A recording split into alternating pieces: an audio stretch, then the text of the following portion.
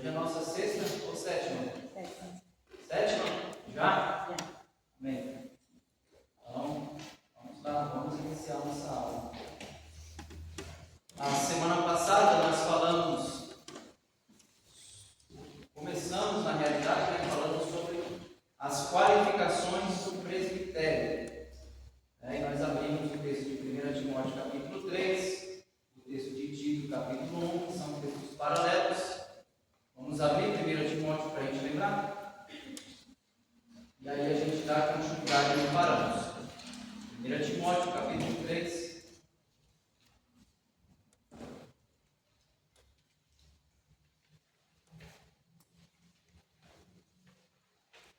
A gente leu do versículo 1 ao versículo 7.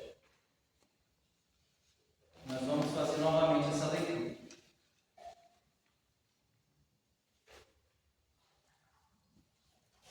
Todos acharam 1 Timóteo 3? Amém. Fiel é esta palavra. Se alguém deseja ser visto, excelente obra deseja. É necessário, pois, que o bispo seja irrepreensível, marido de uma só mulher, vigilante, sóbrio, honesto, hospitaleiro, apto para ensinar. Não dado ao vinho, não espancador, mas amável, inimigo de contendas, não ganancioso, que governe bem a sua própria casa, tendo seus filhos sob disciplina, com todo respeito. Pois se alguém não sabe governar a própria casa, como cuidará da igreja de Deus? Não pode ser recém-convertido, para que não se ensoberbeça e caia na condenação do diabo. Também é necessário que tenha boa reputação perante os de fora, para que não caia em descrédito e na armadilha do diabo. Amém? Nós vimos que a primeira qualificação do presbítero, do bispo, do pastor, daquele que cuida da igreja de Deus,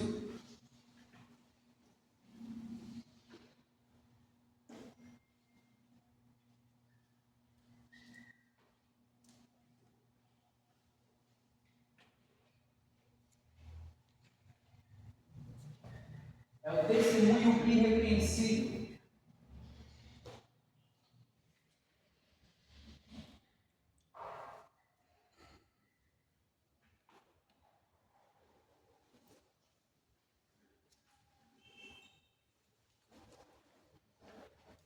E a segunda que vimos, Governar bem a sua própria. isso.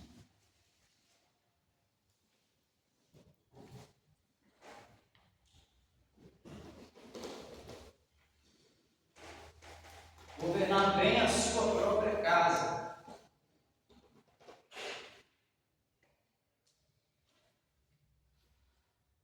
A gente percebeu que, mais uma vez, as qualificações do diácono e do presbítero basicamente são as mesmas. Isso com respeito à sua vida moral, ao seu comportamento, a prática da palavra. Então ele deve possuir um testemunho irrepreensível. Não pode ser uma pessoa que é rotulada por algum desvio de caráter, por algum mau comportamento que vai expor o evangelho, que vai colocar a própria pessoa em descrédito, que vai causar algum constrangimento relacionado à má reputação. Em segundo lugar, ele deve governar bem a sua própria casa. Então, aquela pessoa que está servindo no ministério pastoral precisa governar bem a sua própria casa, ter bom relacionamento com os filhos, com o cônjuge, ter a sua casa, a sua vida conjugal, familiar em equilíbrio. Nós falamos sobre isso, citamos exemplos, vimos que a família é o primeiro campo ministerial daquele que exerce o ministério pastoral. Então, antes do líder fazer discípulos na igreja, na verdade, os seus primeiros discípulos são os seus filhos. Vimos sobre isso. Vimos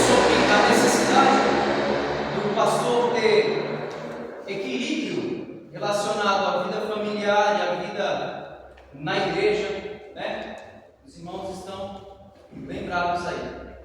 E hoje falaremos daqui em diante sobre a terceira qualificação do presbítero, do bispo, do pastor, do líder.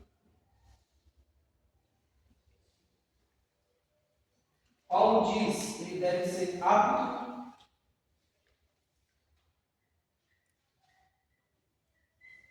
para ensinar. É o que diz em 1 Timóteo, capítulo 3, versículo 2. Alguém pode ler, por favor? Bem alto, 1 Timóteo 3, 2. É necessário, pois, que o bispo seja reconhecido, marido de uma só mulher, moderado, sensato, respeitável, hospitaleiro e apto para ensinar. Isso, apto para ensinar. Muito bem. A palavra apto aqui traz a ideia de capaz, alguém que é capaz. Então, o presbítero, o pastor, precisa ser apto para ensinar. Em que sentido Paulo está dizendo aqui? Precisa ser uma pessoa capaz de ensinar, habilitado, que tem habilidade, que é preparado para instruir na palavra de Deus, para corrigir, para orientar. Amém? Não é uma tarefa fácil, é uma tarefa muito árdua orientar a igreja de Deus, instruir a igreja de Deus. Não é nada fácil. Mas, como disse Paulo em outro texto, com esforço e dedicação, o líder ele consegue fazer isso, né? Então, tem a palavra no grego aqui, eu vou colocar para os irmãos, para ensinar.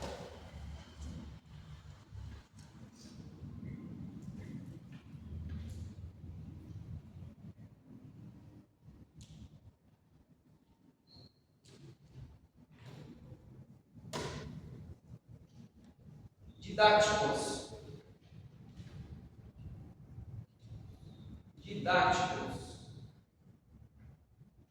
Foi muito importante a pergunta do irmão Anésio, uma das nossas primeiras aulas. Ele perguntou mais ou menos assim: esse apto para ensinar que se exige do líder, daquele que está servindo no ministério pastoral,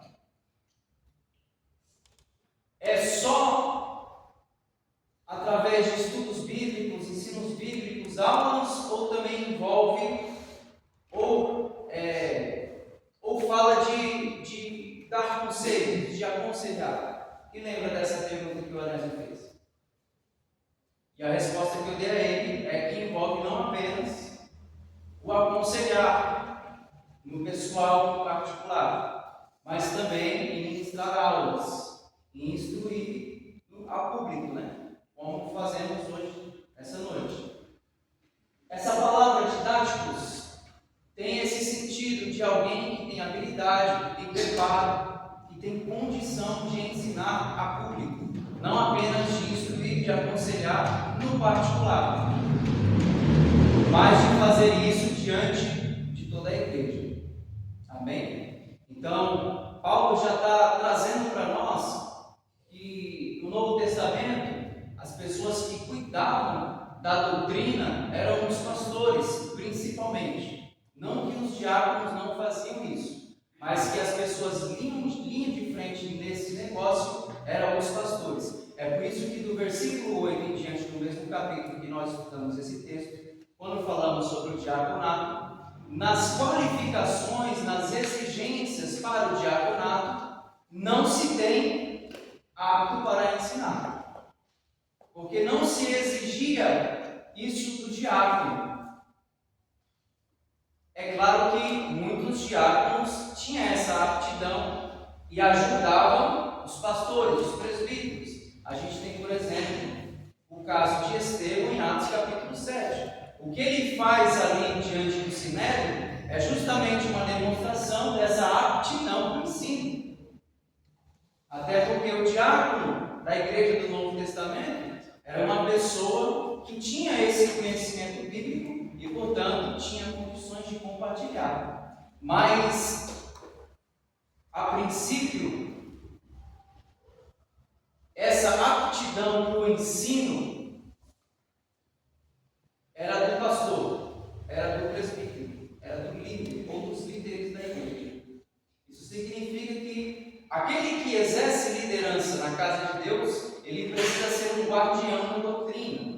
Ele precisa ser um guardião da palavra. Ele precisa cuidar para que as pessoas observem a palavra. Talvez você não seja um pastor, um presbítero, mas você exerce algum tipo de liderança.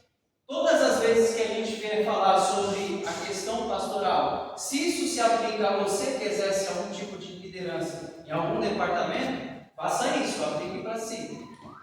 Porque nós que exercemos liderança sobre algum grupo dentro da congregação, nós precisamos ter aptidão para o ensino. Porque as pessoas estão nos escutando, estão nos ouvindo, e elas precisam receber uma palavra genuína, verdadeira, da parte de Deus através das nossas vidas. Amém? Alguma dúvida até aqui? Pode falar. Você acha que tem pessoas que têm uma certa vocação para o estudo, ou você acha que a pessoa é assim dedicando, ela está estudando? Muito bem. As duas coisas, Robson. Existem pessoas que são chamadas para esse ministério do ensino, e Tiago fala que não são todos mestres. Isso significa que o mestre é aquela pessoa que ensina, mas ele tem uma melhor habilidade do que aquela pessoa que, embora não tenha esse ministério, mas se dedique para isso. Okay? Existem pessoas, irmãos, que não ensinam, mas que estudam Bíblia. E se eu falar alguma coisa errada aqui, aí do banco vai levantar a mão e vai me corrigir. Porque estão estudando, estão se atualizando, estão lendo, estão buscando de Deus. Essas pessoas também podem ensinar. Aí o que diferencia uma pessoa que tem muito conhecimento para aquele que é apto, que é chamado, que é um mestre da palavra? A habilidade, a facilidade. E isso, quem vai notar? As pessoas que ouvem. Né? Então, Robson, tem essas duas coisas. Né? O chamado, aquele que é chamado para essa função, para essa atribuição, e também se dedica para atender, corresponder a esse chamado de Deus e exerce. E existe aquela pessoa que, embora não seja chamada para essa função específica, também teria condições de auxiliar a igreja através do conhecimento que ele busca na raça. Certo? Você vai entender? Amém? Uma outra pergunta? Alguém mais? Pode falar. Eu cheguei aqui agora, eu tinha faltado na semana passada, acho que foi porque eu estava ruim. Mas sobre qual é o assunto de agora? Nós estamos falando sobre o ministério pastoral. Então a gente está falando sobre a figura do pastor, do presbítero, dos líderes da igreja. Certo. Tá bom? Obrigado. Então, amados, didáticos, que é a palavra grega que Paulo está usando aqui, tem esse significado literal, aquele que é capaz de ensinar, habilidoso no ensino, instruído para ensinar. Nós temos algumas pessoas na nossa igreja que se enquadram dentro disso. Isso é muito bom. 2 Timóteo, vamos abrir, por favor, nossa Bíblia em 2 Timóteo.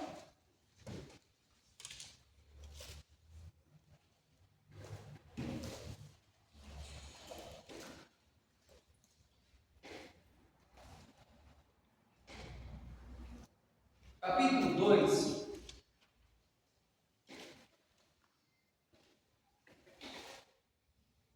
Versículo 15.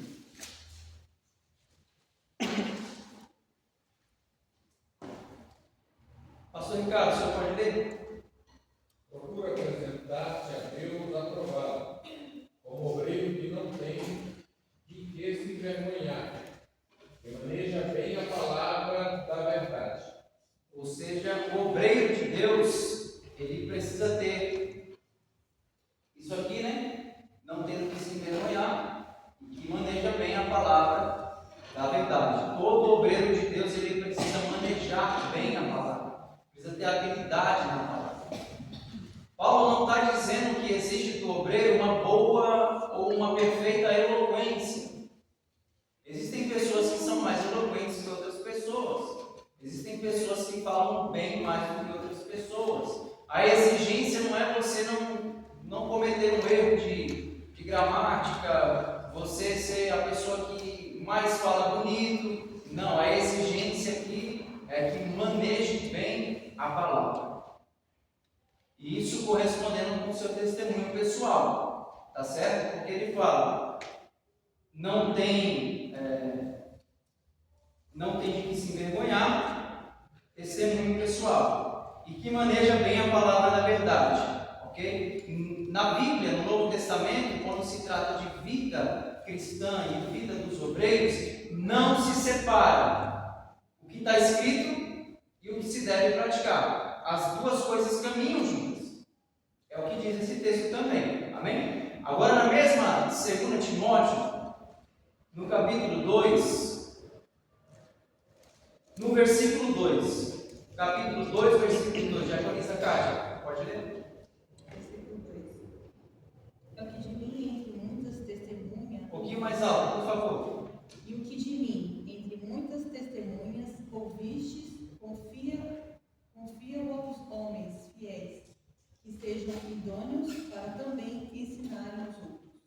O líder, ele é alguém que ele tem a palavra e ele confia essa palavra, essa doutrina, esse ensinamento a outras pessoas. Capítulo 2, versículo 2. E o que de mim, Paulo está dizendo, através de muitas testemunhas ouviste, confiam a homens fiéis. Não é para qualquer tipo de gente, é a homens fiéis. Então o obreiro, ele precisa ter fidelidade, que sejam idôneos para também ensinarem os outros. Todo líder, ele precisa ser um multiplicador. Ele precisa preparar outras pessoas para ensinar, para exercer liderança, para conduzir outras pessoas nesse mesmo caminho da palavra. Está sobre o pastor, o líder, o presbítero, o líder de departamento, quem quer que seja, a responsabilidade de confiar naquilo que ele recebeu de Deus, que está na palavra, que os apóstolos ensinaram, a outras pessoas, para que isso seja multiplicado e se dê continuidade no trabalho. Por isso que Paulo também fala na 1 Timóteo capítulo 3. O presbítero, o pastor, o líder precisa ser apto para ensinar. Ele ensina a igreja e ensina aqueles que estão auxiliando ele, para que haja esse compartilhamento da palavra para toda a igreja. Exemplo prático, o pastor dessa igreja é o pastor Ricardo. Mas quem está dando aula hoje é o diácono Leonardo. Porque o pastor, ele sempre vai precisar de pessoas ao lado dele para compartilhar essa palavra, essa instrução.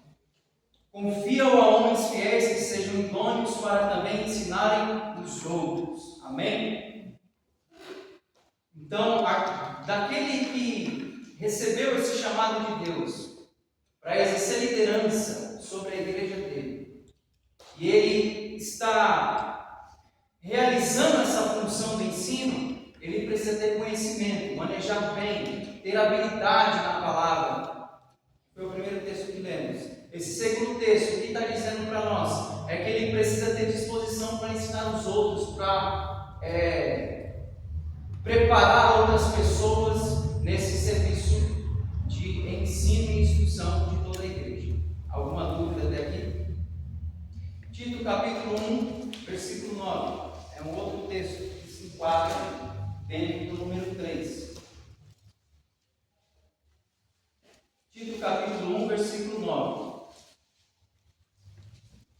Esse texto está falando sobre as qualificações do líder, semelhantemente ao texto de 1 Timóteo capítulo 3. Basicamente ele vai falar as mesmas coisas. Agora, olha aí no versículo 9. Tito capítulo 1, versículo 9. Diácono Maurício, pode ler? Amém. Deve estar plenamente convicto da mensagem fiel que lhe foi ensinada, de modo que possa encorajar os outros com o verdadeiro ensino e mostrar aos que se opõem aonde estão errados. É isso aí. Reter firme a fiel palavra, ou seja, agarrar, abraçar. É isso que significa reter. O líder, ele precisa ser alguém agarrado à palavra. Ele precisa reter, ele precisa guardar, abraçar a palavra. Reter firme a fiel palavra, que é conforme a doutrina, para que seja poderoso, tanto para admoestar na sã doutrina, como para convencer os contradizentes. Então, aquele que é o líder apto para ensinar, além dele ter capacidade, habilidade para ensinar os outros, ele também tem para guardar a igreja das falsas doutrinas, dos falsos ensinos. É o que diz no final do versículo. Como para convencer os contradizentes.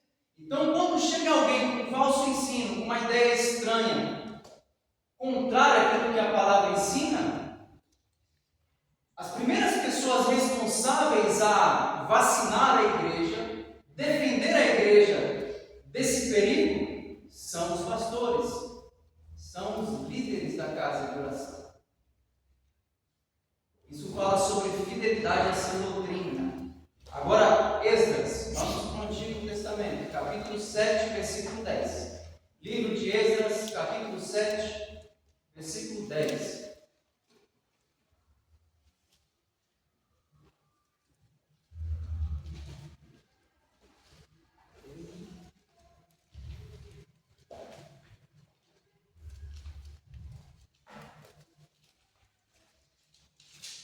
Presbítero Anderson, o que diz?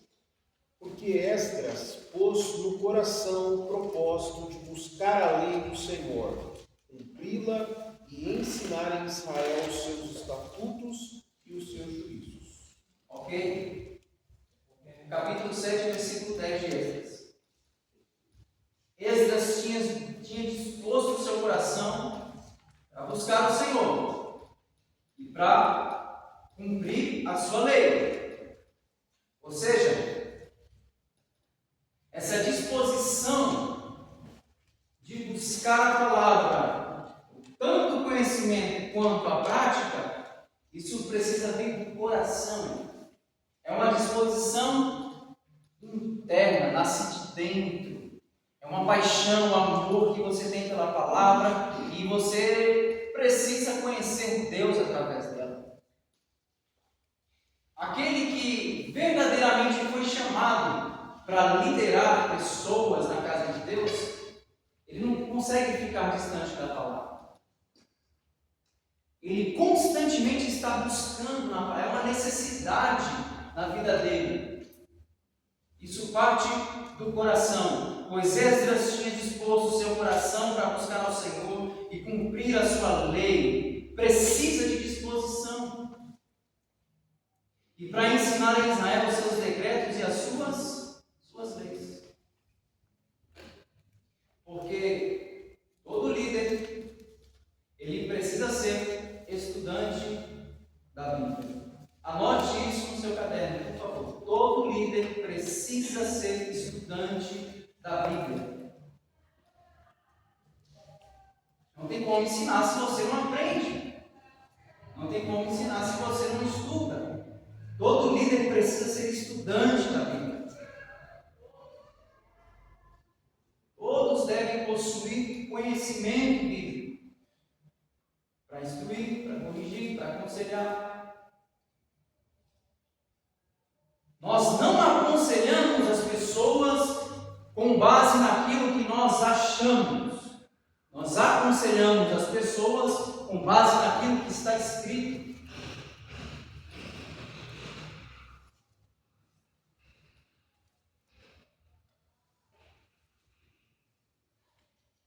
O que acontece com uma igreja quando os seus líderes não têm conhecimento bíblico? O que pode acontecer? Uma igreja, um departamento, quando quando os seus líderes não têm essa preocupação, não têm conhecimento bíblico. Poderíamos pontuar muitas coisas que poderiam acontecer. Vou falar uma. Esse líder ou esses líderes se tornam limitadores do desenvolvimento das pessoas que ouvem. Um líder sem conhecimento bíblico, na prática, ele é um limitador de desenvolvimento. Ele está limitando o conhecimento, o desenvolvimento de outras pessoas. Na prática, é isso que acontece. Com igrejas em que seus líderes não têm conhecimento bíblico. As igrejas, essas são limitadas no desenvolvimento. Amém? Pergunto aos irmãos. Na vida nós temos deveres e direitos, sim ou não? Sim. Ou direitos e deveres. A igreja, ela também tem deveres e direitos. Vocês concordam que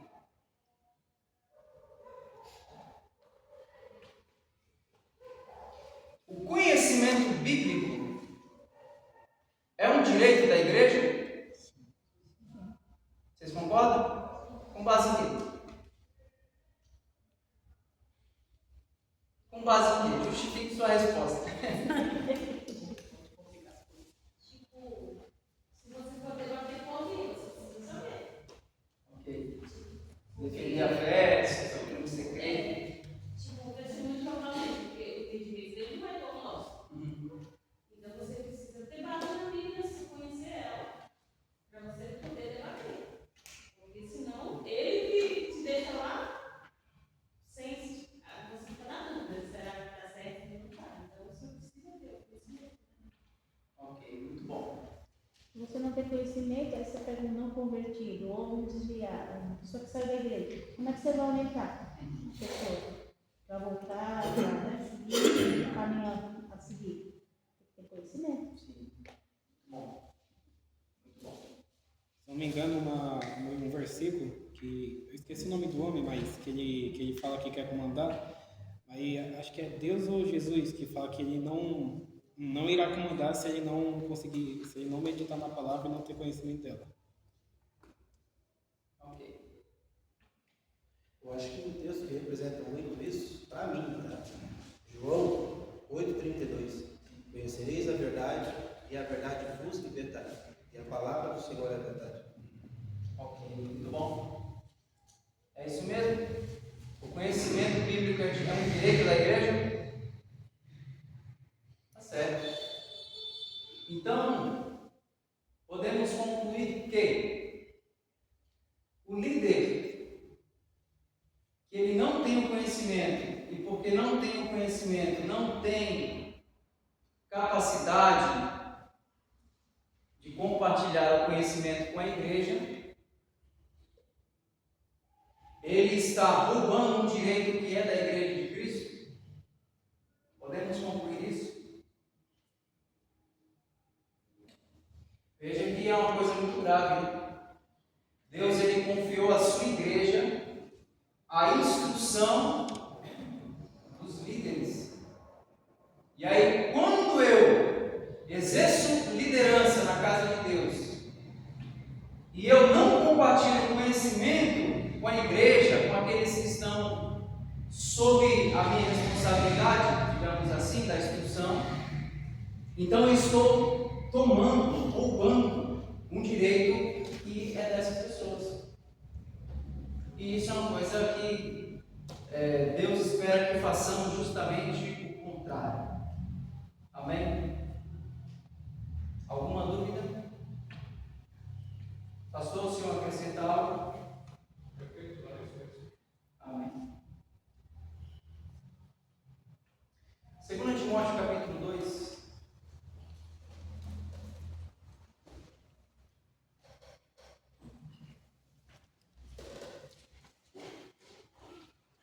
aplicação que fizemos agora, a gente pode abranger para várias áreas da nossa vida. Deus também, por exemplo, deu a responsabilidade aos pais de ensinar o caminho aos filhos. E quando o pai ele não ensina a Bíblia, a pessoa de Cristo, o Evangelho para os seus filhos, ele está roubando dos filhos um direito que seria deles. 2,15 de 2 Timóteo, a gente já leu, vamos ler novamente e fechamos por aqui e partimos, damos continuidade. Capítulo 2, versículo 15, já com Robson. Isso. 2,15. Diz assim: procure apresentar-se a Deus aprovado, como obreiro que não tem de que se envergonhar, que maneja bem a palavra da verdade. É isso aí. Infelizmente, a gente vê bastante hoje nas redes sociais, por exemplo, YouTube, Instagram, vídeos de cultos que são gravados e existem os cortes, de pregação, de ensino, e a gente vê muita coisa sendo compartilhada em denominações por líderes que, na verdade, são opiniões humanas. É a própria opinião da pessoa sendo imposta como uma verdade bíblica. E é isso que acontece quando os líderes eles não têm e não buscam conhecimento bíblico. Eles lideram com base em suas opiniões e não com base na sã doutrina. E isso é um perigo que nós incorremos, mas que não venhamos cair nele. Amém, amados? Pode falar. Já combinado, então isso se encaixa também no livro de Oséias, fala que o povo parece que fala de conhecimento. A falta de conhecimento, ela traz consequências duríssimas, Então, tanto a falta de conhecimento teórico, quanto a falta de conhecimento prático, porque uma coisa está linkada com a outra. E nós caímos em muitos perigos, quando nós secundarizamos o conhecimento. Atos capítulo 6, vamos para lá. É um texto que nós trabalhamos, como falamos sobre o diaconato. Agora que nós entramos falando sobre o ministério pastoral, isso vai se encaixar com esse número 3 aqui, do apto para ensinar. Atos capítulo 6.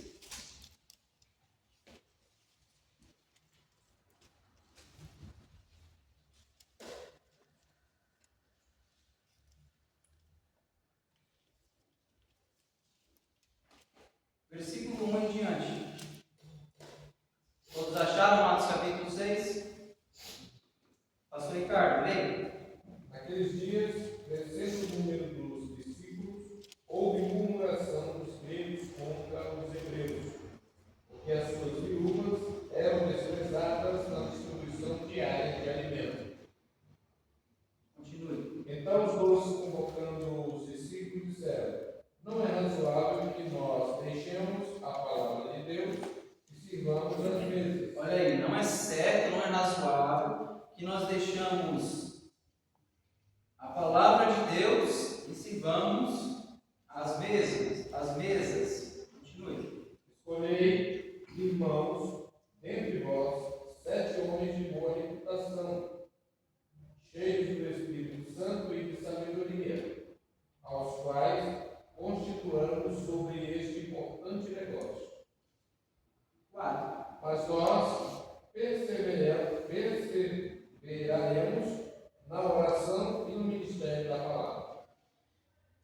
Duas bases importantes para o ministério pastoral: a oração e o ministério da palavra. Nós perseveraremos, continuaremos, ou seja, algo que é feito com constância, gradualmente, todos os dias.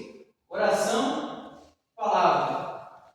Então, aqui no apto para ensinar, Atos capítulo 6, versículo 4, é um texto paralelo a isso, e fala sobre o ministério da palavra. Continuaremos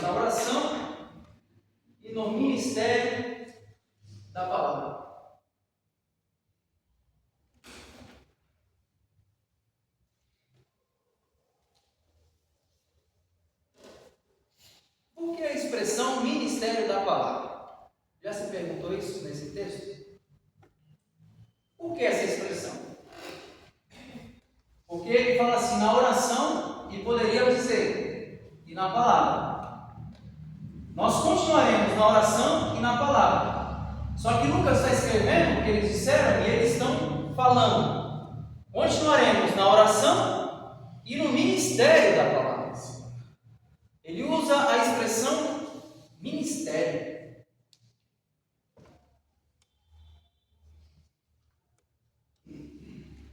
Pergunta aos irmãos, o que você acha que é ministério? Você já ouviu essa palavra antes? Já se perguntou assim, que negócio é esse? O que é ministério? Quem avisa? Vamos lá. A gente fala muito essa palavra. Ensinar. Hã? Ensinar. Ensinar? Quem mais? O que é ministério? Se te perguntasse assim, ô irmão, você congrega? Aí você vai responder, não, eu congrego no ministério de Deus voltará. Ministério? O que é isso, ministério? Você responderia o quê? Não, irmão, eu estou servindo lá no ministério da igreja, no ministério pastoral. Não, pastoral eu sei o que é, mas o que é ministério? O que é isso, ministério? A função? A própria igreja? A própria igreja? A prática? E aí, gente? Existe ministério da tesouraria? E aí, Robinho?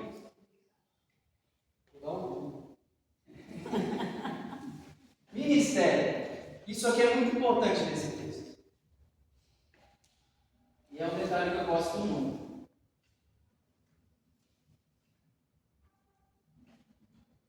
A palavra ministério, lembra que o Novo Testamento ele foi escrito em hebraico. Certo? Não. Em grego.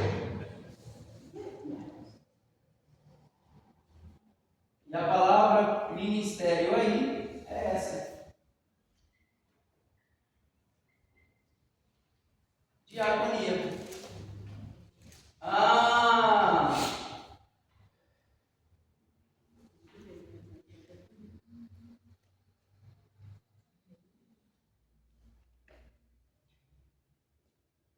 Alguns usam essa palavra ministério da seguinte forma: ministério, como se fosse algo que atribuísse à pessoa um poder celestial. Mas o que é ministério na Bíblia? Serviço, compromisso. É isso aí, diaconia significa serviço. Nós continuaremos no ministério, no serviço da palavra. Isso significa que existem diáconos que servem às mesas e diáconos que servem na palavra, no ensino, na instrução, na doutrina. Lembra das 3 mesas que o diácono serve? Primeira, mesa pastoral. Segunda, Médica. Médica. É a mesa médica? Médica. não. Primeira mesa que o diácono serve, a mesa pastoral. A segunda, a mesa da igreja. A terceira, dos necessitados. Essas são as 3 mesas que o diácono serve. Se fosse a prova hoje sem consulta, a maioria tiraria 0.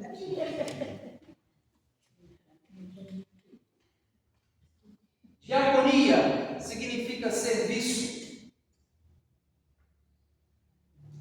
Ministério é daqui que vem a palavra. Estão enxergando daí ou não? Se não tiver, aumenta a letra. Ministro. Ministro, ministério. Ministério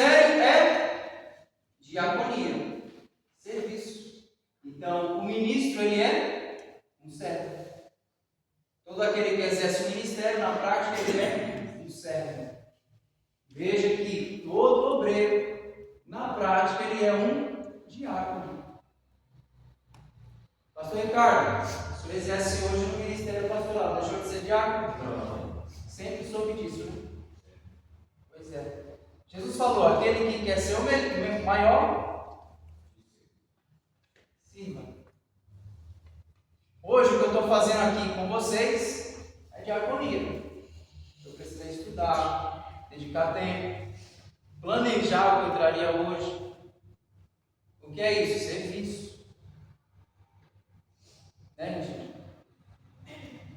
Então, aquele que ele está numa posição de liderança, na prática ele é um servo, ele está servindo. É por isso que eles usam essa palavra. Nós continuaremos na oração e no serviço da palavra. Vocês lembram aí do problema que eles estavam enfrentando naquele dia na igreja? As viúvas dos gregos tinham uma reclamação. A gente não está sendo assistida como deveria. Por quê? Porque em uma só pregação, quantas pessoas aceitaram o Evangelho? 3.000. Na segunda pregação, quantos nós temos? Já pensou, irmão Noemi? 2 cultos. Em 2 cultos que a igreja faz, 5.000 novos membros. Isso é loucura, né? E aí, como é que fica a logística de um dia para outro? E aí eles começaram a enfrentar o problema. Ora, as nossas viúvas não estão sendo assistidas como deveriam. Beleza. Fez a reunião, o que a gente vai fazer? Vamos levantar 7 diáconos, pessoas que vão cuidar da diaconia, mas no sentido prático, vão atender os necessitados, vai atender a igreja e não vai ter mais esse tipo de problema. Por quê? Porque os 12 apóstolos não têm essa capacidade de cuidar de tudo ao mesmo tempo. E às vezes é um desafio.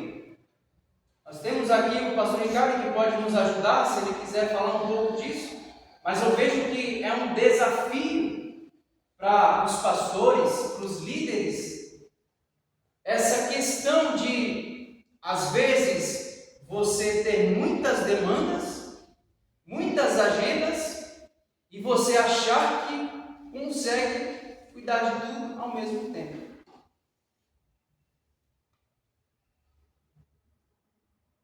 Os apóstolos entendem isso. Eu não consigo cuidar de tudo ao mesmo tempo. O que eu vou fazer? Vou delegar funções. Eles levantaram os diáconos.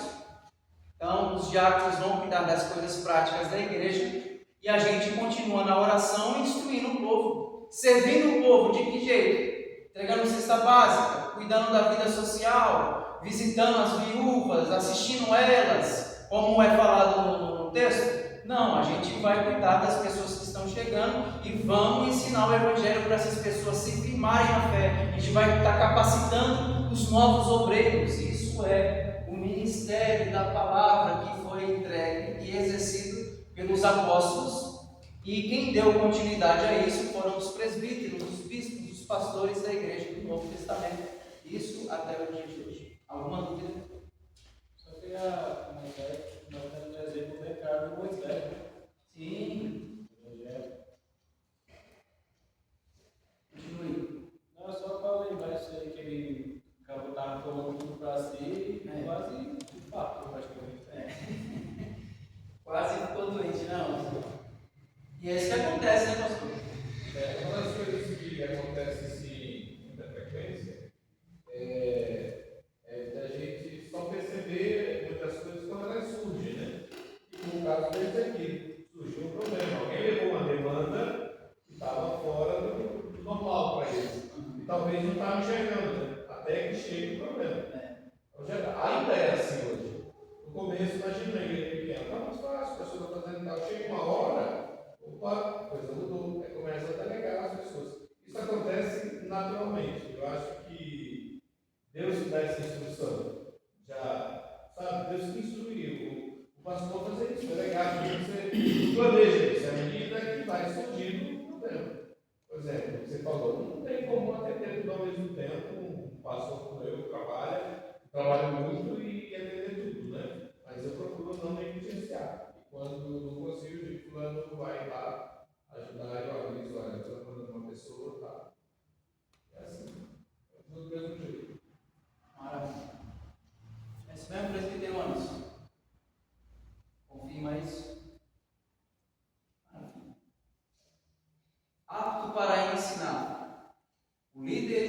pastor, o presbítero, ele exerce o ministério da palavra.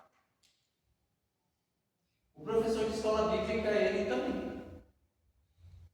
Na prática, ele também está servindo no ministério da palavra.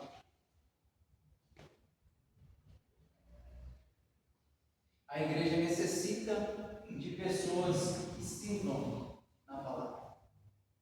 Lembra que a palavra é o centro de tudo. Por isso que todo crente ele precisa, necessita se interessar em aprender. Culto de ensino, escola bíblica, isso é o que vai criar raízes. E claro, não excluindo a sua devoção em casa. É isso que cria raízes no cristão. O ensino.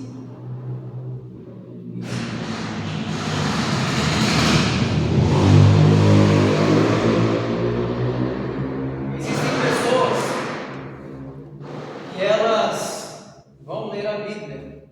E o que elas fazem? Abrem a Bíblia no livro de Salmos. E ela lê o livro de Salmos. Ela lê o livro todinho de Salmos. Do capítulo 1 até o capítulo 149 de Salmos. Certo? Não? Ah, então você está acordado. 176. 156? 70. Quase isso. 177, 79. 50. Não, o livro. É o versículo, né? Eu estou falando do versículo maior que tem. Ah, do Salmo 119? É eu que não estou entendendo, tá vendo? Do Salmo 1 até o Salmo 150, ela lê todinho. Mas não sai disso. Ela não lê, por exemplo, o livro de Apocalipse, que é um dos livros mais lindos da Bíblia. Ah, não acredito. Já foi o dia. Porque tem gente que vive de Salmos. E quando elas finalmente saem de Salmos, para onde ela vai? Para Provérbios.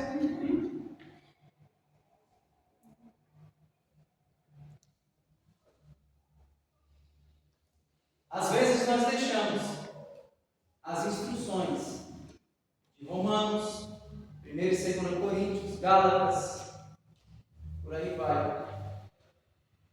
Porque são livros que vão nos confrontar e vão fazer com que nós, ao sermos confrontados, criemos raízes na fé. Por isso que a gente não pode só pregar em Salmo. Não só ler os salmos, que também é importante e essencial. Indispensáveis são os salmos. Às vezes a pessoa fica até viciada, né? É viciado nos salmos? Sabe o que é pecado esse vício? Não, essa. Essa eu gostei, pastor. Aí, mano, tá vendo, né? Ai, Jesus. Alguma dúvida, irmãos? Só que a gente tem uma correlação de as pessoas não querem ser confrontadas com essa pouca presença assim no ensinamento. Se tiver uma coisa triste, né? Se tiver pessoas que não vêm para não serem confrontadas e se corrigirem, e crescerem na fé, é uma coisa triste, né? Abra sua Bíblia, por favor, em Efésios capítulo 4. Era um texto que eu queria ler dentro disso, eu estava esquecendo uma pergunta do Claudemir me lembrou. Obrigado. Efésios capítulo 4. Nós estamos falando sobre o ministério pastoral.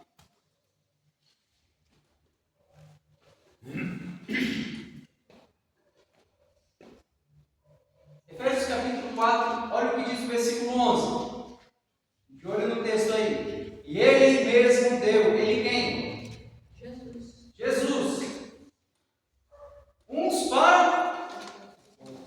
Então a liderança da igreja, quem provê para ela, quem é? Quem é, irmãos? Jesus.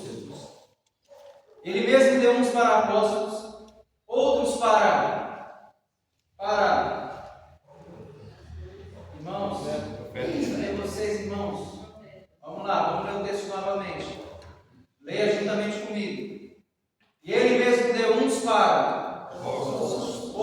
para profetas, outros para evangelistas, e outros para pastores e mestres. Ok. Então nós temos aí, chamamos de 5 ministérios. 5 ministérios do Novo Testamento. Os apóstolos. Quem são os apóstolos? Em Efésios 4:11. Pedro, Judas Tadeu, Tiago, Bartolomeu, Paulo, etc. Esses são os apóstolos que Jesus deu para a igreja. Atos 2,42 diz: e eles perseveravam unânimes na doutrina dos apóstolos. Esses apóstolos são os que escreveram as cartas, a grande parte do Novo Testamento. Não são os apóstolos de hoje. E outros para profetas. Quem são os profetas aqui? Os profetas aqui são os pregadores do Novo Testamento. Porque no Novo Testamento tinha pessoas que pregavam a palavra nas igrejas, ajudavam na instrução da palavra, os pastores, ajudavam os pastores na instrução da palavra. Profetas aqui são aqueles que exortavam, ensinavam através da palavra, os pregadores. Isso nós temos até os dias de hoje. Apóstolos, profetas, outros para evangelistas. Falaremos sobre ele numa aula à parte. E outros para pastores e doutores, que tem a ver com a nossa aula de hoje. Então, Efésios 4:11 é uma das bases para o ministério pastoral do Novo Testamento. Versículo 12, quem pode ler? Tiago Luiz, leia. Ele fez isso para preparar o povo de Deus para o serviço cristão, a fim de construir o corpo de Cristo. Ou seja, para que Deus ele deu lideranças para a igreja? Olha aí o propósito, a finalidade. Veja que Deus ele tem um propósito para a sua igreja. A igreja de Jesus Voltará de Monte Alto tem um propósito. E qual que é? O aperfeiçoamento dos santos para o desempenho do serviço, do ministério, para a edificação do corpo de Cristo. É por isso que tem o ministério da palavra. Ele existe para desenvolvimento, aperfeiçoamento da igreja. Versículo 13, diaconisa Cátia. Até que todos cheguemos à unidade da fé. Para aí. Vai, continua. Até que todos cheguemos à unidade da fé e ao conhecimento do Filho de Deus. Até quando o ministério da palavra está autorizado a aperfeiçoar os santos? Diga assim, até que? Até que todos cheguemos à unidade da fé. Unidade. Será que nós todos estamos nesse nível? Será que todos que estão aqui, nós chegamos à unidade da fé? Será que todos nós pensamos igual? E quando eu digo igual, pensar igual é pela mesma doutrina. Por exemplo, quem aqui acredita, exemplo fácil, que Jesus é o Salvador? Faz assim. Fica com a mão levantada quem acredita que Jesus é o Salvador. Então, todos nós temos unidade nisso. Beleza? Nós cremos que Deus é Pai.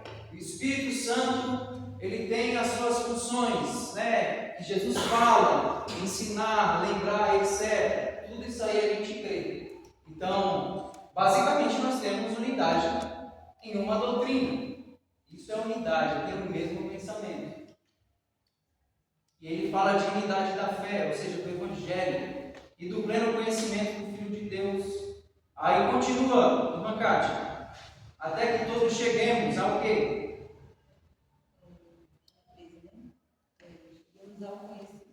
Cheguemos à unidade da fé e ao conhecimento do Filho de Deus, a varão perfeito, à medida da estatura completa de Cristo. Isso aí nós estamos chegando, hein?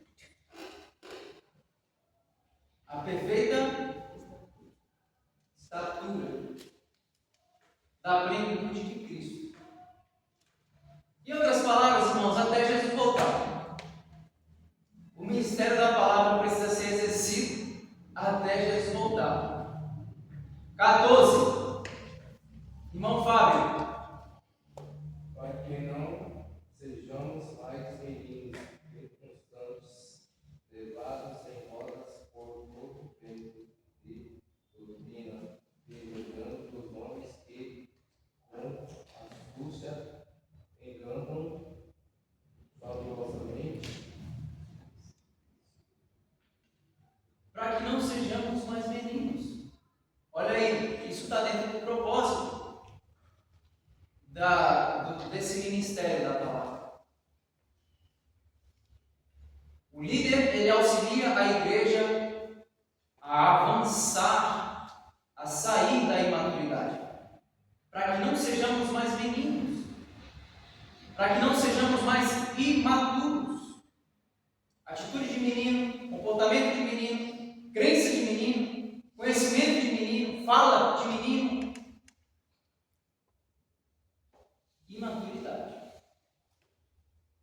O líder, ele foi chamado por Deus para ajudar a igreja a sair da imaturidade, do raso, da meninice. Inconstantes com a inconstância. Levados ao redor por todo o vento de doutrina.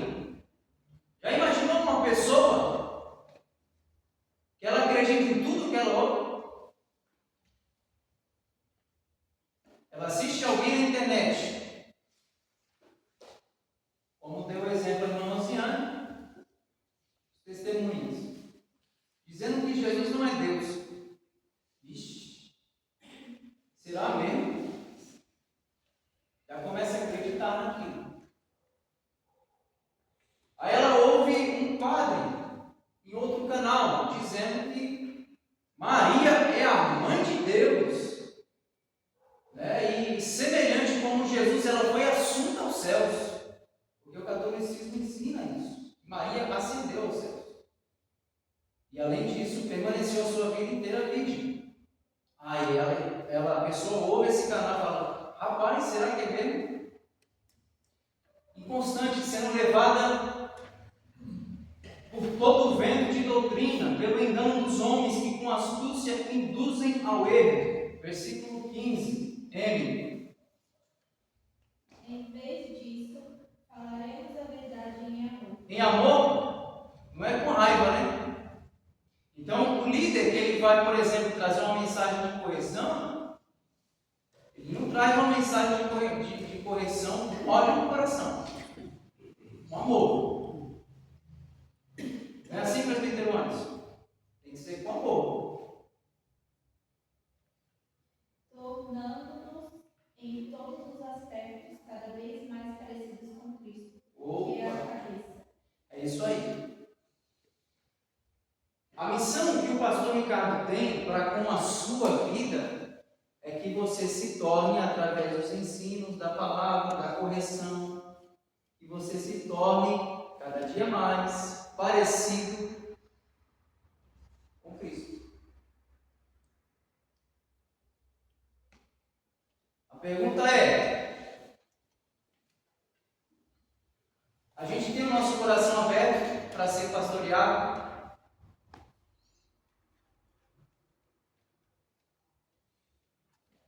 Ou a gente é daquele grupo da igreja que tinha em Corinto? O grupo que tinha na igreja de Coríntios. E Paulo escreve, tem gente falando aí, uns dizem, eu sou de Paulo. Outros dizem, eu sou de Apolo. Outros dizem, eu sou de Pedro. E tem uns que ainda falam, eu sou de Cristo. Ou seja, Jesus é o meu pastor. Preciso de mais ninguém. Não me submeto a ninguém. Será que o nosso coração é um coração pastoreável? Será que a gente tem humildade para ouvir uma crítica, uma correção de alguém que está nos Afinal, todos os dias a gente precisa se esforçar para se parecer um pouquinho mais com Jesus. Isso significa que todos nós estamos sujeitos ao erro e, portanto, precisamos ser pastoreados. Não é isso, amigo? Diz o texto: cresçamos em tudo naquele que é o cabeça, Cristo. É isso aí. Versículo 16, amigo, continue.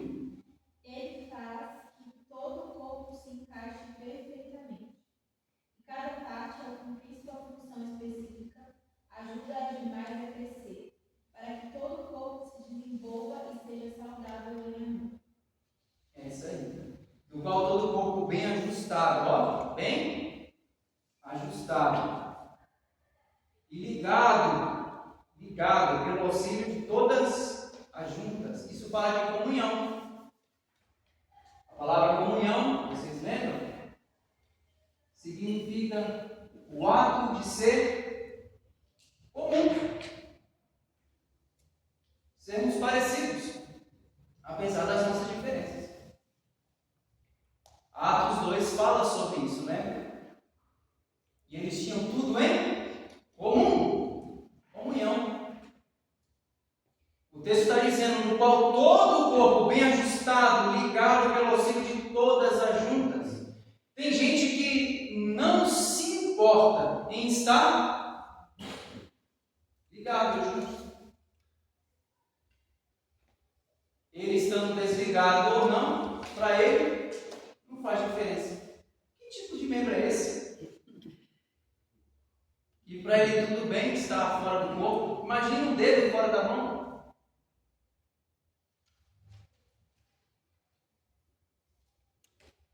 Pelo auxílio de todas as juntas, então todos trabalham, todos auxiliam, segundo a justa operação de cada parte. Se uma parte não opera, vai dificultar todas as outras. Faz o seu próprio aumento para a edificação de si mesmo em amor. Alguma dúvida sobre esse texto? Veja a importância do ministério da palavra. Quem exerce o ministério da palavra? Com base em Efésios capítulo 4, versículo 11. Apóstolos, profetas, evangelistas, pastores e mestres. Esses 5 exercem a diaconia da palavra. Alguma dúvida?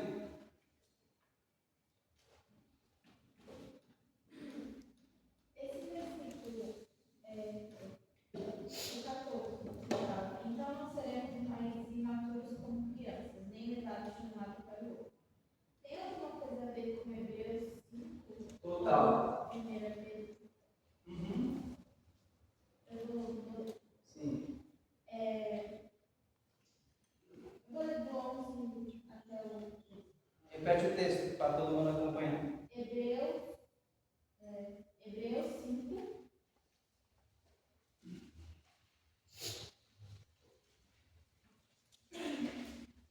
Hebreus capítulo 5.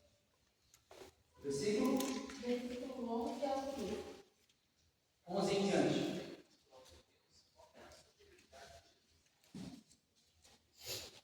Pode ler. Há muito mais que gostaríamos de dizer a esse respeito, mas é coisa difícil de explicar. Sobretudo porque vocês se tornaram displicentes acerca do que houve. A essa altura já deveriam ensinar outras pessoas, e no entanto precisam que alguém lhes ensine novamente os conceitos mais básicos da palavra de Deus. Ainda precisam dele e não podem entender bem o só. Quem se aprende e não sabe o que é justo. O alimento histórico é para os adultos que, pela prática constante, são capazes de distinguir entre o certo e o errado. Totalmente. Se quiser até anotar do lado aí de Hebreus, desse texto, colocar Efésios 4, 11 até o 16, é um texto paralelo. E o outro texto seria? Acho que é 1 Pedro.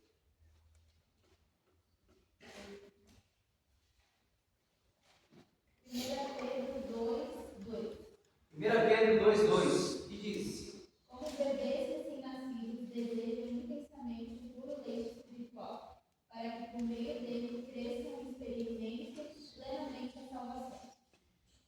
Aí esse texto já não tem a ver.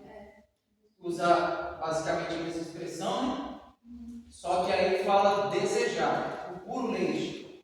Então, está falando justamente o contrário, usando a mesma expressão, mas falando justamente do efeito contrário, do desenvolvimento.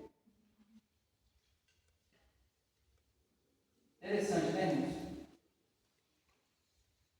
Paulinho, quer falar alguma coisa, Paulinho? Não. Robson?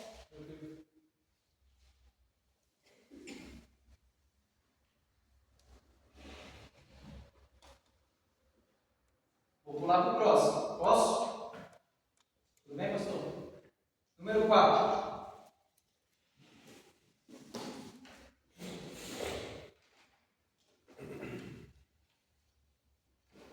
Maturidade espiritual.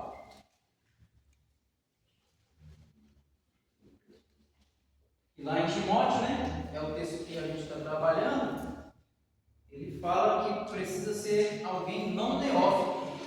Aquele que exerce o ministério pastoral, ele não pode ser neófito. Quem aqui ainda não sabe o que é neófito? Sem vergonha, pode falar, você pode. Ok. Neófito é novo convertido. É isso que significa a palavra neófito, novo convertido. Alguém que é recente na fé. Por quê? Porque a ideia do novo convertido, daquele que chegou agora, ele está aprendendo o básico. Se ele está aprendendo o básico, ele não é desenvolvido suficiente para servir a mesa da palavra. Se eu estou aprendendo ainda, como é que eu vou ensinar? Embora todo aquele que ensina, aprende.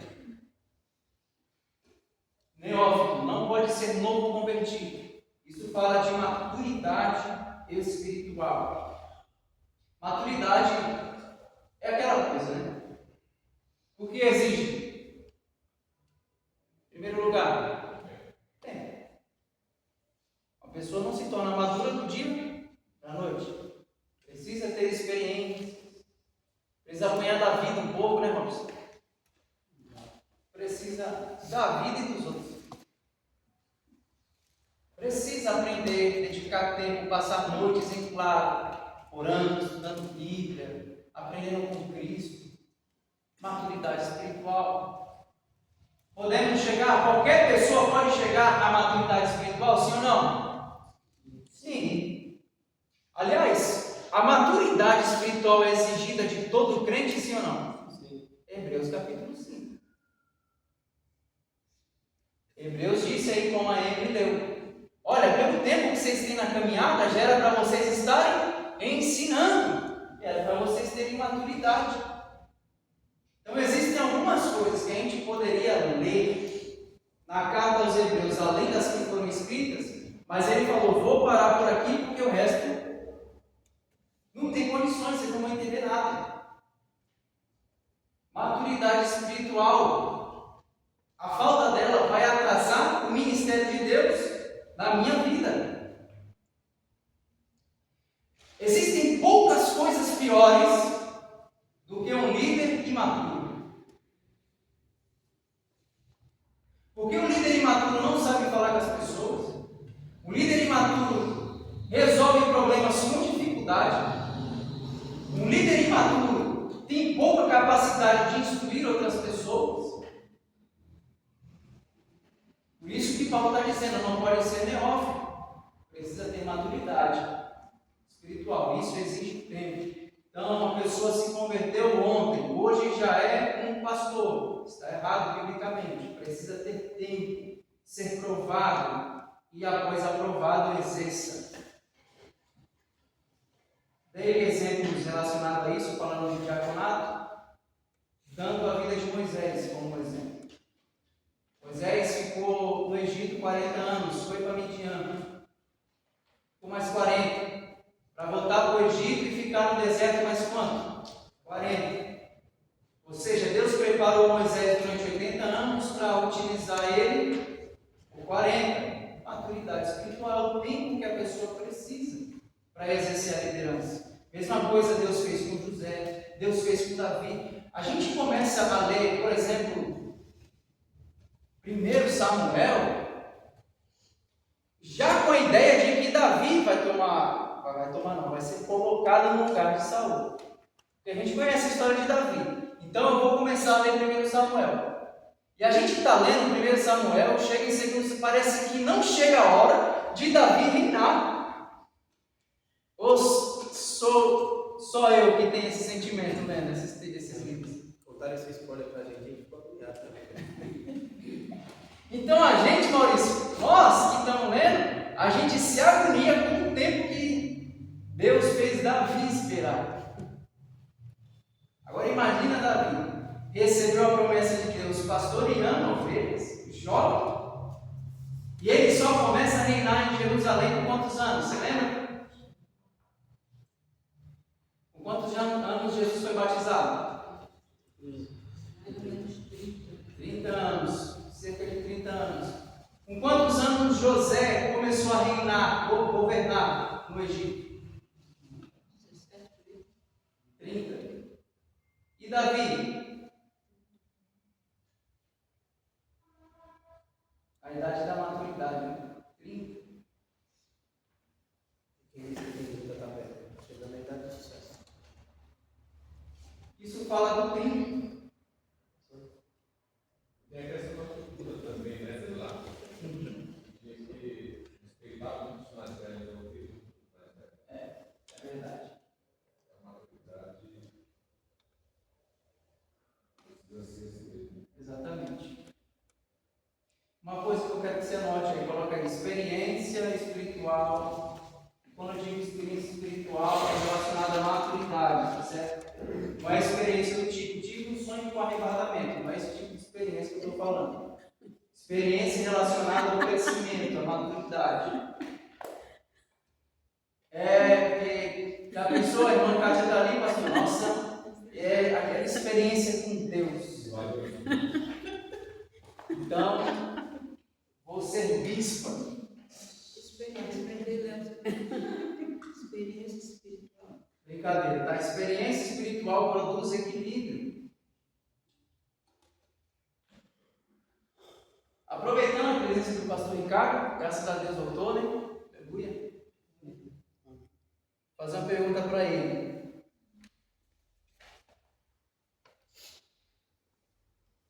Pastor Ricardo, com todos os problemas que chegam ao Senhor, que é pastor, hoje, quantos anos de pastorado? 10. Eu cheguei na igreja, o pastor Ricardo exercia a função de presbítero. Cheguei em 2014.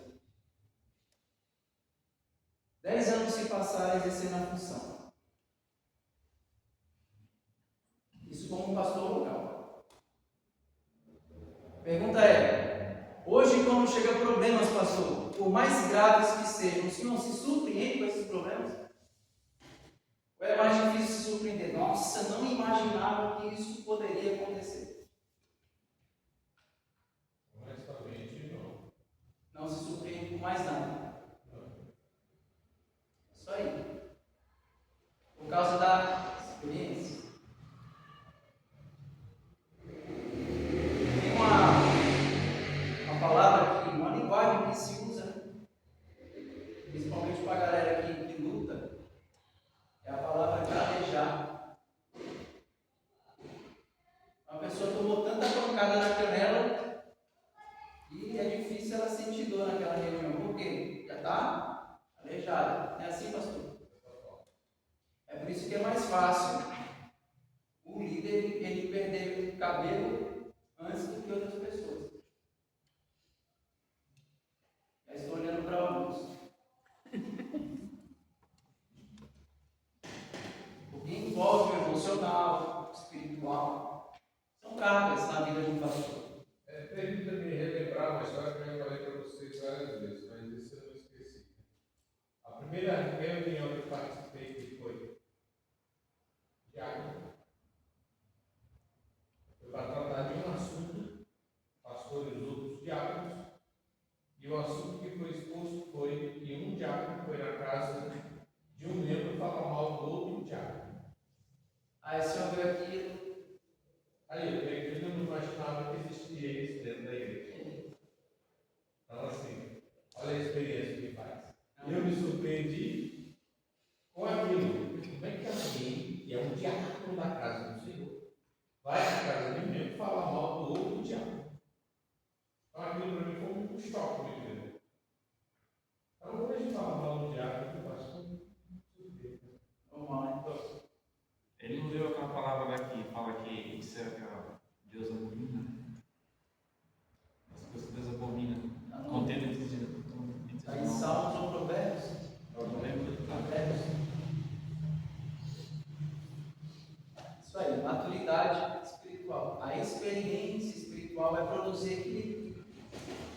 fiz essa pergunta para o pastor. Porque hoje, se ele ouve, olha, um diácono falou mal de outro diácono, ele ficaria escandalizado? Equilíbrio. Agora ele tem equilíbrio. É isso. Quinto e último, e finalizando a nossa aula.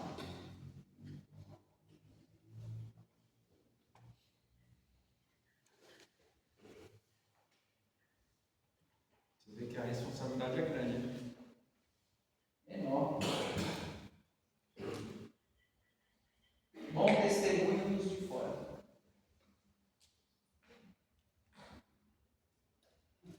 É o que está no versículo 7 de 1 Timóteo, capítulo 3.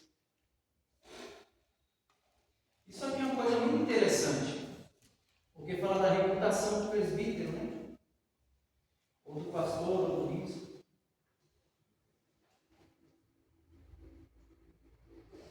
A gente viu na aula passada que essas três palavras são usadas de forma intercambiável no Novo Testamento: pastor, bispo e presbítero. Na nossa igreja a gente faz diferença. O líder local é o pastor, ele pode contar com outros pastores que cooperam junto com ele, ou com presbíteros que também são braços nesse auxílio. Problema nenhum nisso, certo?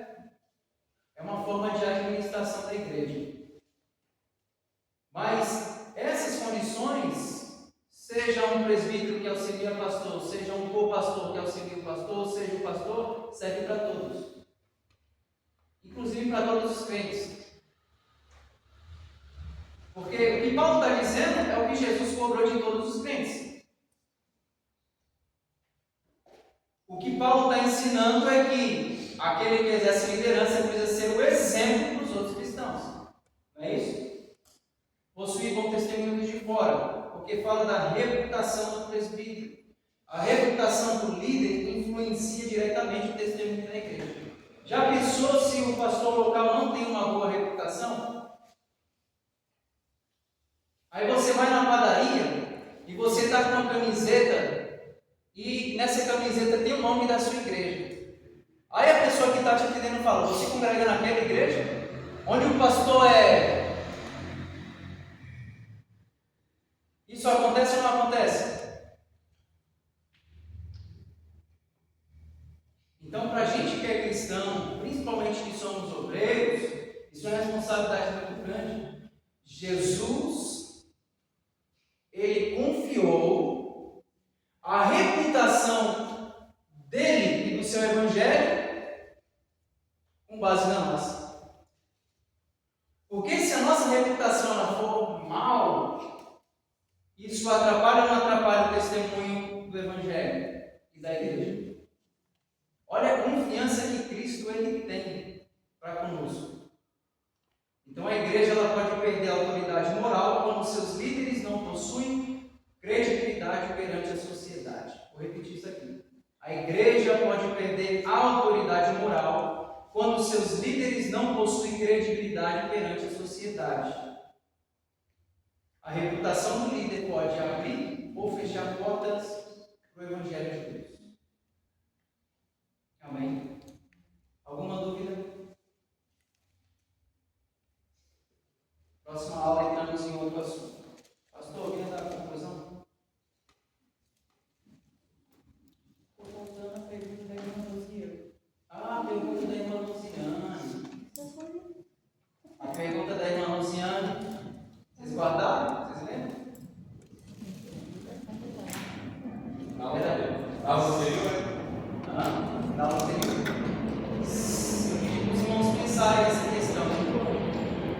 Se um obreiro, ele pode ser obreiro se o cônjuge dele, o parceiro, a parceira dele, não é cristão, não é convertido ao evangelho. Então, eu sou casado, minha esposa não serve a Jesus, eu posso ser um diácono? Foi isso? Qual que é a resposta? Sim. Eu posso ser um diácono se a minha esposa não serve a Deus? Sim. Qual que é a base disso? A Bíblia diz que você tem que ser casado com uma esposa, não que ela tem que ser convertida, então a gente não tem base para isso. Ok,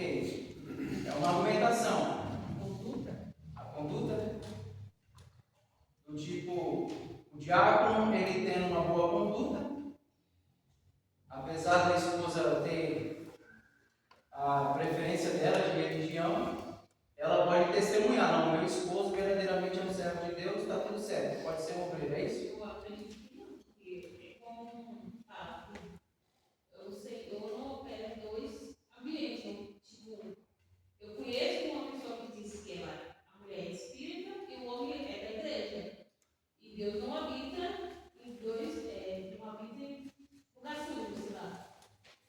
Eu entendo assim. Tem uma palavra que eu não me lembro agora, mas que Jogo desigual.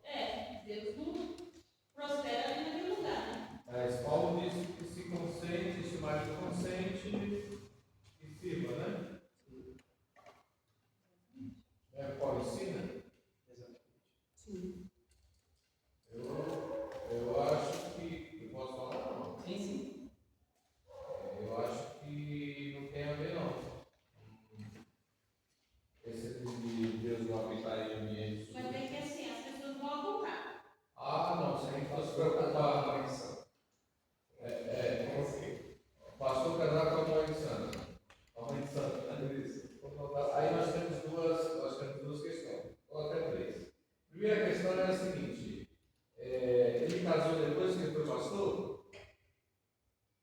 Ele aceitou Jesus já casado? Ele Virou aceitou, ele pastor? foi namorar com ela, já na igreja. Ele estava na igreja e ela já era. Isso. Era obreiro? Não.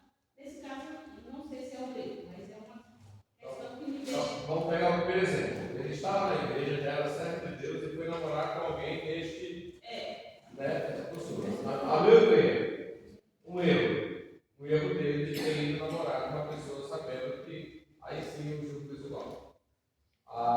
Nenhum dos dois eram conhecedores da verdade, casados. Ela vivia lá e de repente Deus chamou ele primeiro e levantou ele. Não vejo nenhum problema ainda. Não vejo nenhum problema ainda. Até ele se conscientizar e aquilo começar a incomodar e dizer, olha, nós precisamos tomar uma decisão. Tá? Mas eu fico aqui com o Paulo falou, se consente, se mantém. E foi antes, casaram antes, não depois. Depois eu sou totalmente contra. Do pastor e do obreiro de namorar com alguém desse mundo, dessas práticas. Tá? Então, isso é meu pensamento, tá? Não tem nem base bíblica, é isso agora no momento. Mas esse é um ensinamento que Paulo lhe traz em Coríntios, né? É Que um cristão ele não pode fazer aliança nesse sentido de relacionamento com um não cristão, porque isso se torna pecado de julgo desigual. E isso é consciente do Evangelho, é um cristão, serve a Deus, é um vivo se relacionando com o morto. Não existe isso. Agora, alguém mais quer responder essa pergunta? Alguém mais quer opinar? Fica à vontade, falando. Eu cheguei assim, no que eu vi hoje. Mas tem alguma coisa a ver com a salvação individual? Sim. Também tem isso, né? Eu concordo com o que o pastor falou. Se caso tenha um casamento antes de se converter, a pessoa não pode se separar, né? Tem que haver a esperança da salvação. Mas também a igreja não pode proibir a pessoa de trabalhar para o Senhor. Porque ela está trabalhando com amor, quer servir com amor. Se o esposo ou a esposa não serve, ele pode servir, mas aquela pessoa não pode ser deixada de fora por conta disso. Né? Ela está buscando ali a salvação dela. É isso mesmo, Joãozinho? Alguém acha o texto que Paulo ele fala assim, a mulher santifica o marido? Estava pensando nisso? Tem esse texto também. Então não infere e você leva a Isso aí, não interfere. Porque essa pessoa pode futuramente converter o Evangelho através da oração, do bom comportamento daquele obreiro, né? E tem um outro ponto dentro disso. Uma coisa é você ser um diácono. Um homem, por exemplo, vai ser um diácono e a esposa dele não é cristã. É uma coisa. Agora, esse diácono exercer o ministério pastoral sem o auxílio cristão da sua esposa é mais difícil? Eu diria para você que é quase impossível. Entendeu? Então já não é recomendável. Um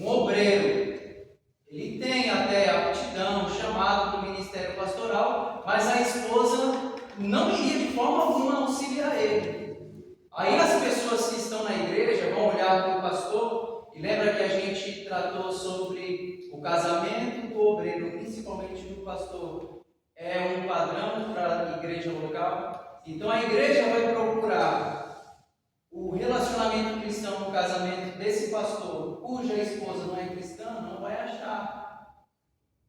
Como é que ele consegue pastorear uma igreja sem o auxílio espiritual da sua esposa? Como disse o pastor, quase impossível. Então existe esse detalhe. Se é um diácono, até vai, consegue, se envolve, tranquilo. Vai orando pelo esposo, pela esposa, Deus vai agir, a gente crê e coopera na oração. Mas para esse seu ministério pastoral é muito difícil. Porque um pastor ele não pastoreia sozinho, ele pastoreia junto com a esposa.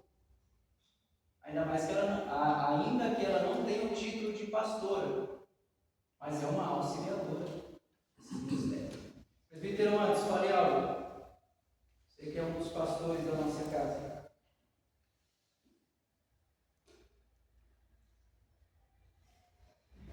Fala assim, amém. Eu citei um texto que o Paulo fala que a mulher santifica o marido através do seu comportamento. É isso aí. Então nós ganhamos almas para Jesus mais com o nosso comportamento do que com as nossas palavras. É assim, Robson? Concorda? Então, concluindo a pergunta da nossa irmã Rosiane, foi uma pergunta tão boa que eu deixei os irmãos pensarem durante uma semana para a gente trazer. Excelente pergunta, irmão. E aí, o obreiro ele pode ser separado do serviço para a diaconia? Se o cônjuge, a esposa ou o esposo não serve a Deus, a resposta é sim, ele pode.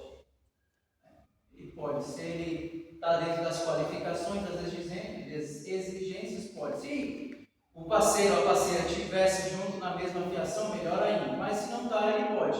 Agora, para exercer o ministério pastoral, eu, estando na liderança de uma igreja e fosse separar obreiros, jamais separaria um pastor cuja esposa não é cristã, não faria isso. Eu ouvi uma história que uma vez ocorreu com um familiar meu, ela foi falar com a avó dela e ela falou que se separou com o esposo, vamos dizer namorado assim, marido. Porque a igreja falou para ela que não era certo. Aí a minha avó lá foi e deu meio que uma bronca nela por conta disso. Isso você estaria certo na sua opinião? Eu não entendi, na verdade. É porque a minha família era da igreja e o marido dela não. Aí a igreja foi lá e pediu para ela se separar. A igreja influenciou o casamento dele porque um não era, então, né? Um era cristão e o outro não. Se casaram. Não se casaram não. Acabei juntaram. Se juntaram. Acho que só a volta certa.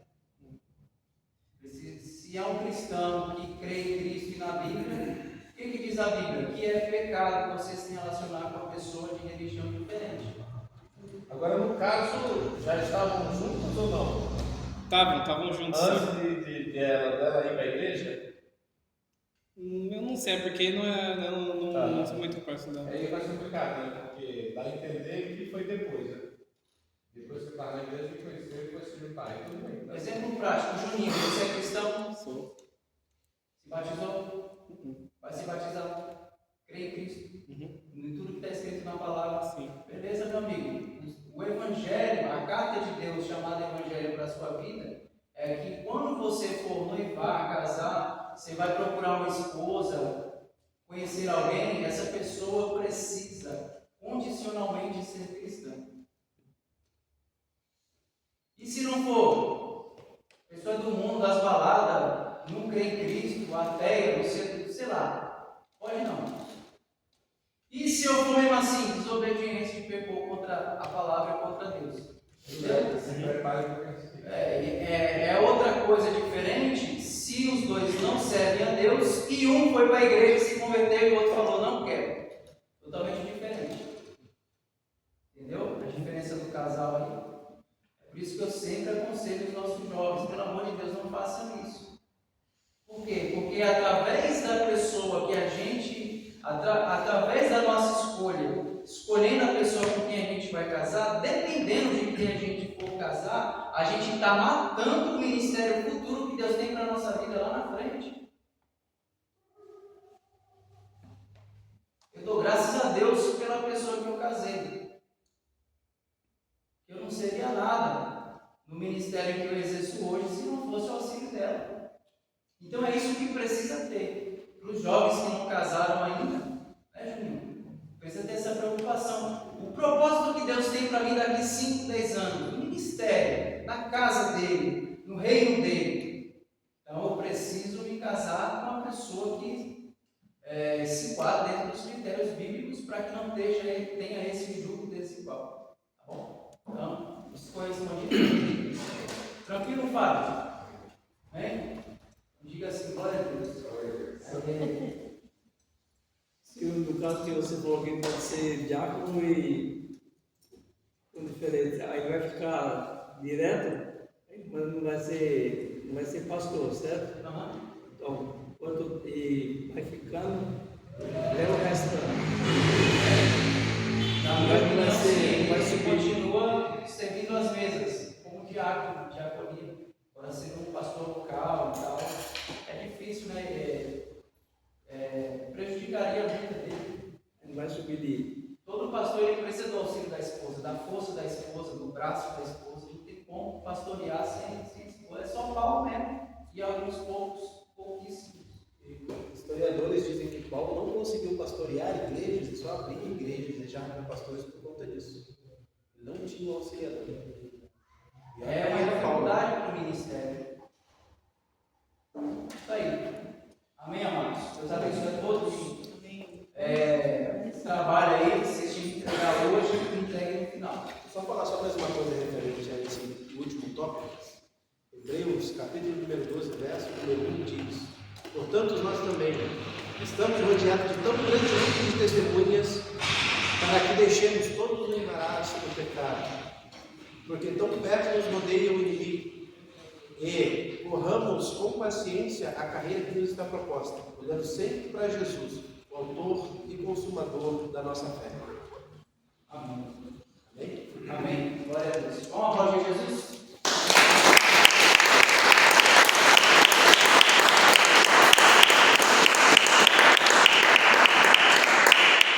Nós, eu quero presentear a irmã Rosiane pela pergunta que ela fez. Deus abençoe.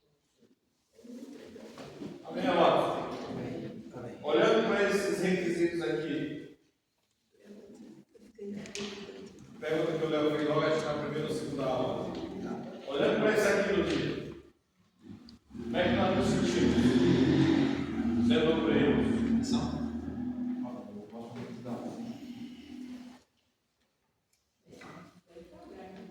Testemunho irrepreensível. Governar bem a nossa própria casa. Aptos para ensinar. Maturidade. Ou testemunhos para os de fora. Testemunho para os de fora, mas eu diria para você assim, um testemunho vital para a vida de qualquer um, de obreiros, é o de dentro de casa. Também. Porque dentro de casa, se alguém perguntar de fato para minha mulher quem é o Ricardo verdadeiro, quem vai saber é ela. Né? Perguntar para o Fábio como que é a minha irmã Rosiane em casa, ele vai dizer, vixe, bravo.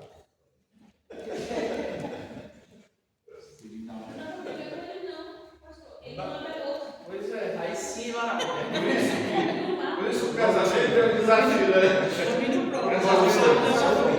Continua assim, que é um bom, mano.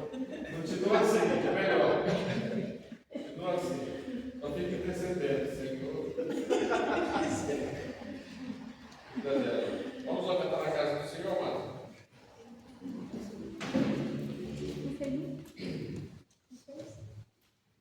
Faz em casa, né?